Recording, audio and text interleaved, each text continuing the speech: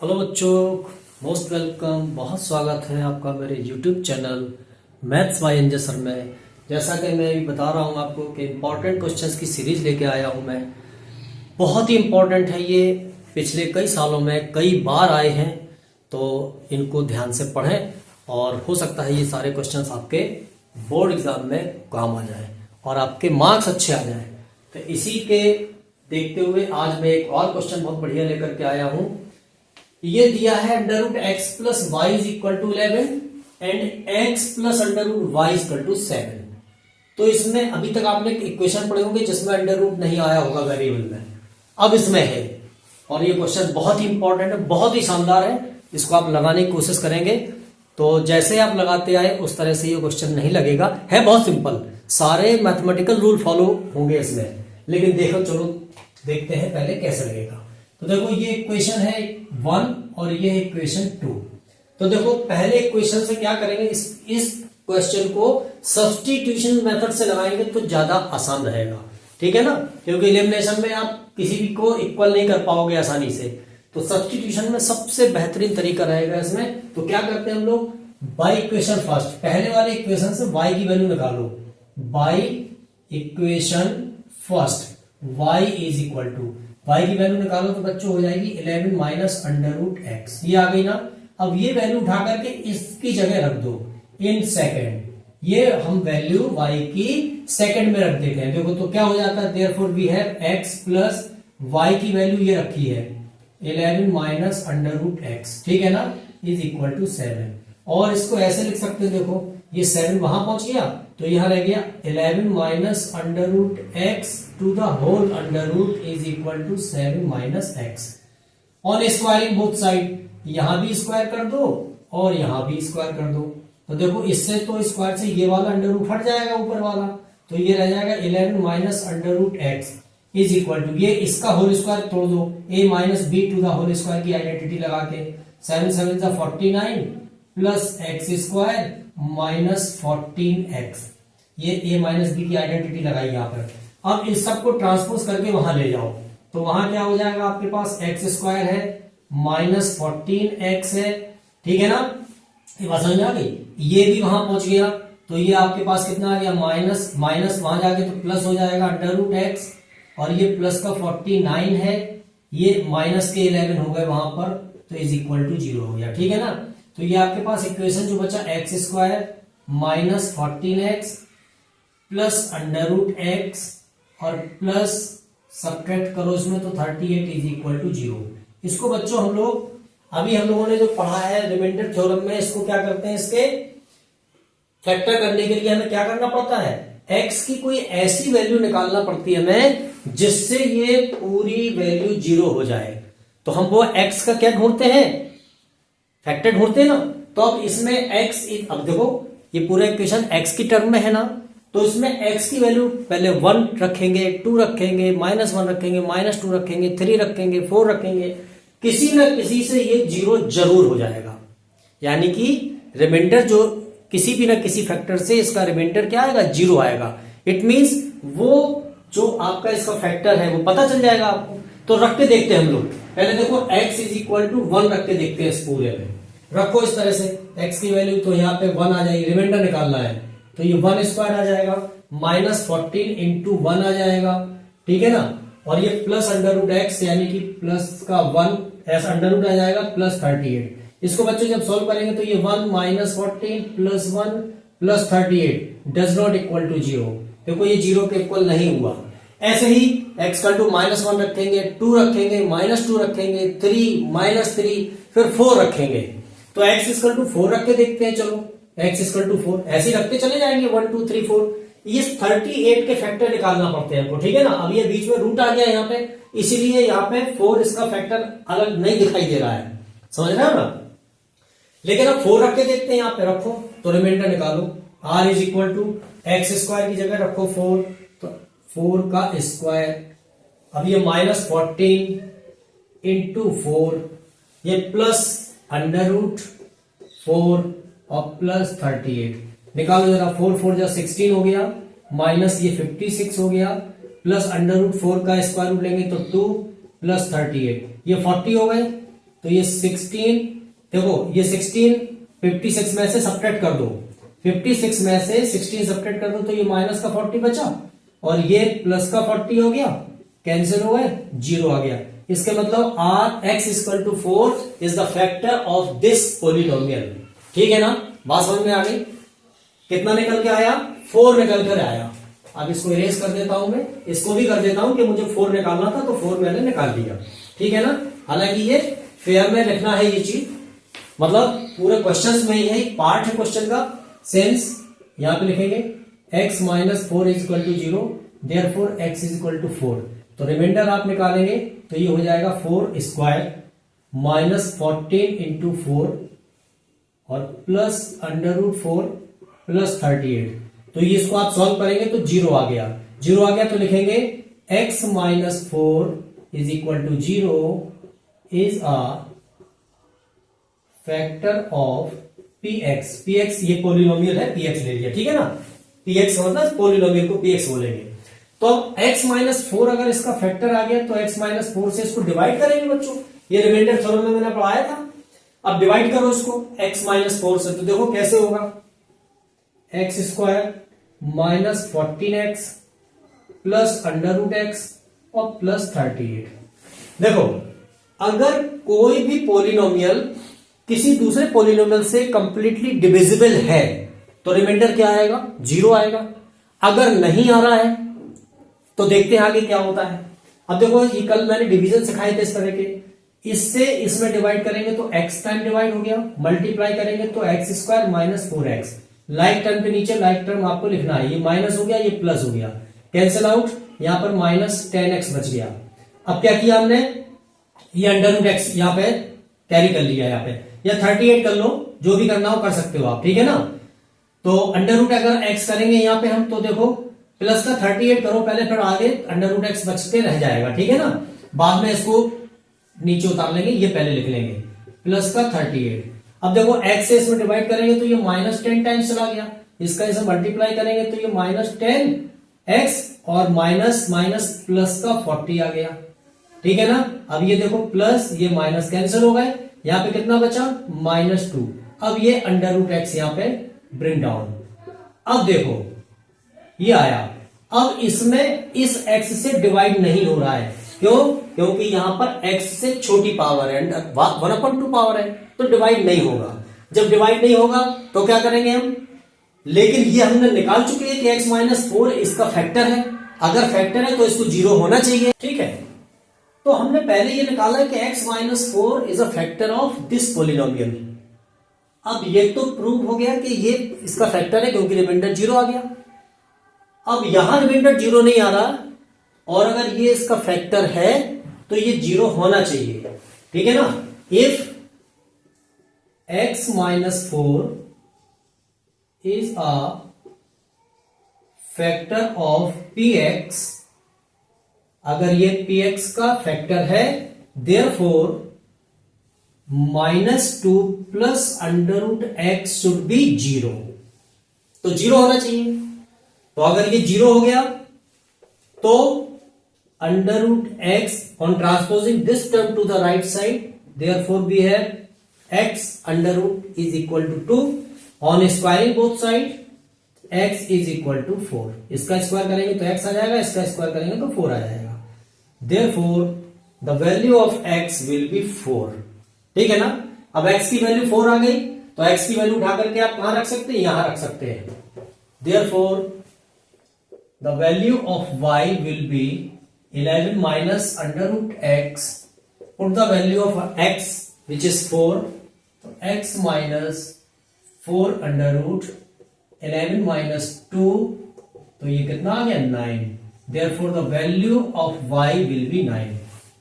ये आपका सॉल्यूशन है इस वाले क्वेश्चंस का, ठीक है ना। लीनियर इक्वेशन के साथ इसमें क्वाड्रेटिक भी लगा हुआ है, सब्स्टिट्यूशन मेथड भी लगा हुआ है, रिमाइंडर थ्योरम भी लगी है, सारी चीजें लगी हैं, 4-5 चीजें लगी हैं, तब इसमें आंसर आया इसका। चलो अब नेक्स्ट क्वेश्चन की तरफ चलते हैं, वो भी बहुत बढ़िया क्वेश्चन है।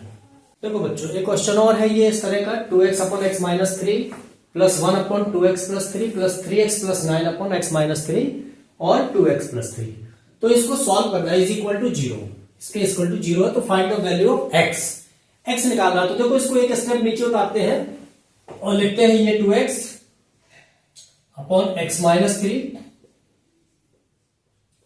प्लस 1 अपॉन 2x प्लस 3, ऐसा ब्रैकेट में लिख लेंगे, प्लस इसको 3 कॉमन ले लो तो ये x प्लस 3 हो गया, और अपॉन ये हो गया आपका x माइनस 3, और ये 2x plus 3 is equal to 0।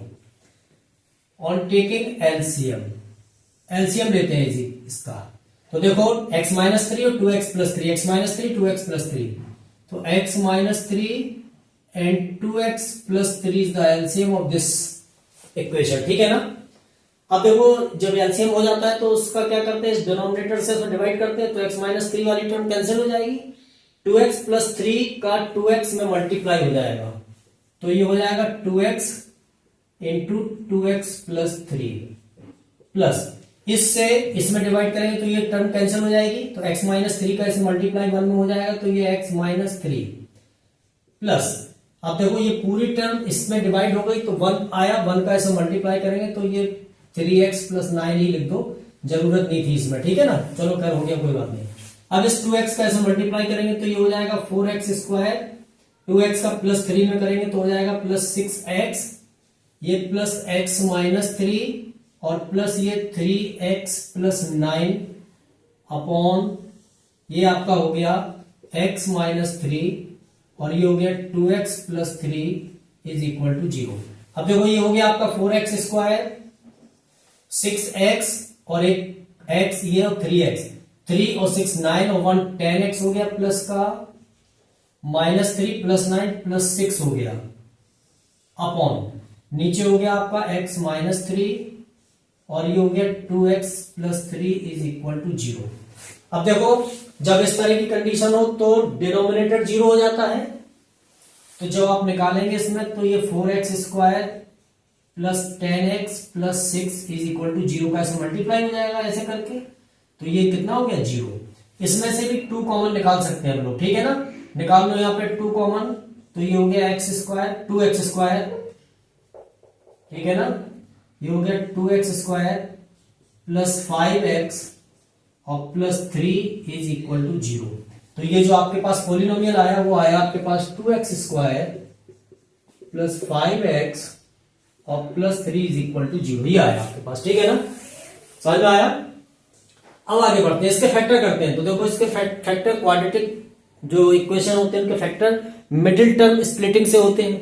तो मिडिल टर्म क्या होता है, देखो इसमें जो एक्स स्क्वायर का जो टर्म है उसका कोफिशिएंट का मल्टीप्लाई हम करते हैं किसमें, कांस्टेंट टर्म में। तो इसका कोफिशिएंट है 2, इसका मल्टीप्लाई किया कांस्टेंट टर्म में 3, तो 3 2 6। अब 6 के ऐसे फैक्टर करना है कि जिनका सम और डिफरेंस ये 5 आ जाए। तो अब इसके ऐसे तो कोई होंगे नहीं, क्योंकि डिफरेंस करेंगे तो 6 माइनस 1 करना पड़ेगा, माइनस की 1 टर्म आ जाएगी, तो भी इसमें 2 टर्म चाहिए माइनस की, तो वो नहीं हो पाएगा इसमें, ठीक है ना। तो इसके फैक्टर आपके ऐसे आएंगे 2x स्क्वायर प्लस 3 और 2 ही दोनों फैक्टर हो गए, दोनों प्लस के हो गए, हमें प्लस ही चाहिए सारे। तो इस 5 को you can write this 3 plus 2 x plus 3 is equal to 0। अब ये आपका हो गया 2x square plus 3x plus 2x plus 3 is equal to 0, ठीक है ना। थोड़ा सा फास्ट हो रहा है क्योंकि अब इसके पहले मेरे सारी वीडियोस में मैंने बेसिक कॉन्सेप्ट समझाए हैं, इसलिए अब ये इंपॉर्टेंट क्वेश्चन जो है इसमें थोड़ा स्पीड ज्यादा है, आपको तेजी से पकड़ना है। और वैसे भी आपका पूरा ईयर का एंड हो रहा है तो इतना तो आपने पढ़ ही लिया होगा, ठीक है ना। तो चलो इसमें से कॉमन लेते हैं, तो x कॉमन है, तो यहां से रिमेनिंग क्या बच गया आपका 2x और प्लस 3। ऐसे ही यहां से कुछ भी कॉमन नहीं, तो प्लस का 1 कॉमन है, तो ये 2x plus 3 is equal to 0। अब देखो बच्चों 2x प्लस 3 पूरे में से कॉमन आ गया, यहां से क्या बच गया आपके पास x, यहां से क्या बच गया आपके पास प्लस 1 इज इक्वल टू 0, ठीक है ना। तो अब देखो इसमें 2 फैक्टर निकल के आएंगे, एक तो x, जब ये ले लो since x plus 1 is equal to 0 therefore x is equal to -1, ठीक है ना। एक बार इसको ले लो तो when 2x plus 3 is equal to 0 therefore x is equal to -3/2। ये वहां जाएगा तो माइनस, ये 2 से डिवाइड हो जाएगा -3/2। ये 2 इसके फैक्टर निकल के आ गए, ठीक है ना। बात समझ में आया कि नहीं आया।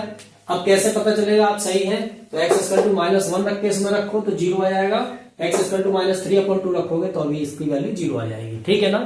चलो पढ़ते रहिए, मेहनत करते रहिए। चलो बच्चों एक क्वेश्चन और ये है कि x is equal to √x plus उसी के अंदर है ये √x प्लस फिर उसके अंदर है √x एंड सो ऑन, चलता चला गया इनफाइनाइट तक, अप टू इनफाइनाइट। ठीक है ना? तो इसमें इसको सॉल्व करना है। देखो अब ये 3 बार लिखा है या 30 टाइम्स लिखा है या 3000 टाइम्स लिखा है, एक ही बात है। तो इसको हम ऐसे लिख सकते, देखो x is equal to √6 plus, अगर हम ये 6 हटा दें तो अभी इसको एक बार और लिख लें तो अभी बात बराबर ही हो जाएगी, एक ही चीज हो जाएगी। ये किसकी वैल्यू हो जाएगी? x की तो वैल्यू हो जाएगी। यहां से भी अगर हम देखेंगे तो भी x की वैल्यू, यहां से भी देखेंगे तो भी वो x के इक्वल, क्योंकि इनफाइनाइट तक है। ये 3 बार लिखने का कोई मतलब नहीं है। 3 बार लिखो, 4 बार लिखो, 10 बार लिखो, ये वैल्यू x की ही होगी पूरी। समझ में आ रहा ना? तो यहां से हमने x इज इक्वल टू ये √6 लिया प्लस के बाद ये वैल्यू भी पूरी x की ही तो है, तो हमने वो x लिख दिया वहां पे। ठीक है ना? अब ये इनफाइनाइट खत्म हो गया क्योंकि यहां से हमने ये वैल्यू किसकी ले ली? ये x की ही तो वैल्यू है पूरी, यहां से लेकर के ये x की ही वैल्यू है। ठीक, अब देखो अब ऑन स्क्वायरिंग बोथ साइड, यहां भी स्क्वायर कर देंगे हम, यहां भी स्क्वायर कर देंगे। यहां पे हो गया ये x² इज इक्वल टू, ये रूट हट गया तो ये हो गया 6 + x। On transposing this term to the left side therefore we have x² - x - 6 is equal to 0। अब इसको फैक्टराइज करेंगे तो देखो स्प्लिटिंग मिड टर्म से करेंगे। 6 के फैक्टर ऐसे करना है हमें कि जिनका प्रोडक्ट तो 6 हो और डिफरेंस या सम कितना होना चाहिए? 1 होना चाहिए, ये 1। तो 3 - 2, 3 और 2 फैक्टर है, 3 - 2 इक्वल टू 1 आ गया, जो कि हमें चाहिए। अब देखो इसको लिखेंगे x² माइनस, इस 1 को अपन लिख सकते हैं 3 - 2 और ये x है, x लिख दो, -6 है, -6 लिख दो इक्वल टू 0। इसका काम खत्म हो गया क्योंकि वो फैक्टर केवल दिखाने के लिए करना था आपको। ठीक है ना? अब इसको सॉल्व करेंगे तो देखो जब भी मैंने बताया था कि ब्रैकेट के पहले माइनस हो तो पहले इस वेरिएबल का अंदर मल्टीप्लाई करते हैं। तो x² माइनस ये हो जाएगा 3x - 2x - 6 is equal to 0। अब इस माइनस को ब्रेक कर देते हैं, अंदर डाल देते हैं तो ये हो जाएगा x² - 3x minus minus plus 2x - 6 is equal to 0। देखो यहां पर स्प्लिटिंग मिड टर्म करके हमने 3 टर्म्स थी, यहां पे 4 टर्म कर गई, 1 2 3 4। अब देखो इसमें चारों टर्म में 2 माइनस 2 प्लस है कि नहीं? है। 2 माइनस है, 2 प्लस है, it means you are in right direction. Therefore question आपका बना -3x + 2x - 6 इक्वल टू 0। बच्चों कॉमन लेना है इसमें तो x कॉमन है तो ये x -3 रह गया। यहाँ पे जो भी कॉमन लेते हैं उसका पहली टर्म में डिवाइड कर दें तो ये बच गया, साइन है ये लगा दिया, इसका इसमें डिवाइड करेंगे, x कैंसिल हो जाएगा, 3 बच गया। इसमें से भी इतना ही आना चाहिए। तो क्या चीज कॉमन है? आप अगर एग्जैक्ट कॉमन निकाल लोगे तो ऑटोमेटिकली सेकंड वाला और फर्स्ट ब्रैकेट दोनों सेम आ जाएंगे। ठीक है ना? तो प्लस का 2, अब यस में डिवाइड करेंगे तो ये x - 3 इज इक्वल टू 0। अब देखो x - 3 और x - 3 ये दोनों सेम है। अगर ऐसा मान लो आपको नहीं समझ में आ रहा है कि आपको क्या कॉमन निकालना है, समझ रहे हो, तो उसके लिए बता देता हूं मैं। चलो ये बता रहा हूं कि अगर मान लो आपको नहीं समझ आ रहा है कि क्या कॉमन निकालना है तो जो ब्रैकेट आपका रखा हुआ है वो तो आपको चाहिए ही चाहिए। अब आपको इसको ऐसे लिख लो, ठीक है ना? ब्रैकेट आपने ऐसे लिख लिया। ये मैं तब बता रहा हूं जब आपको समझ नहीं आ रहा है कि क्या कॉमन निकालना है सेकंड ब्रैकेट में से। तो जो ब्रैकेट यहां है वो तो आपको चाहिए ही चाहिए, वो आपने यहां लिख लिया।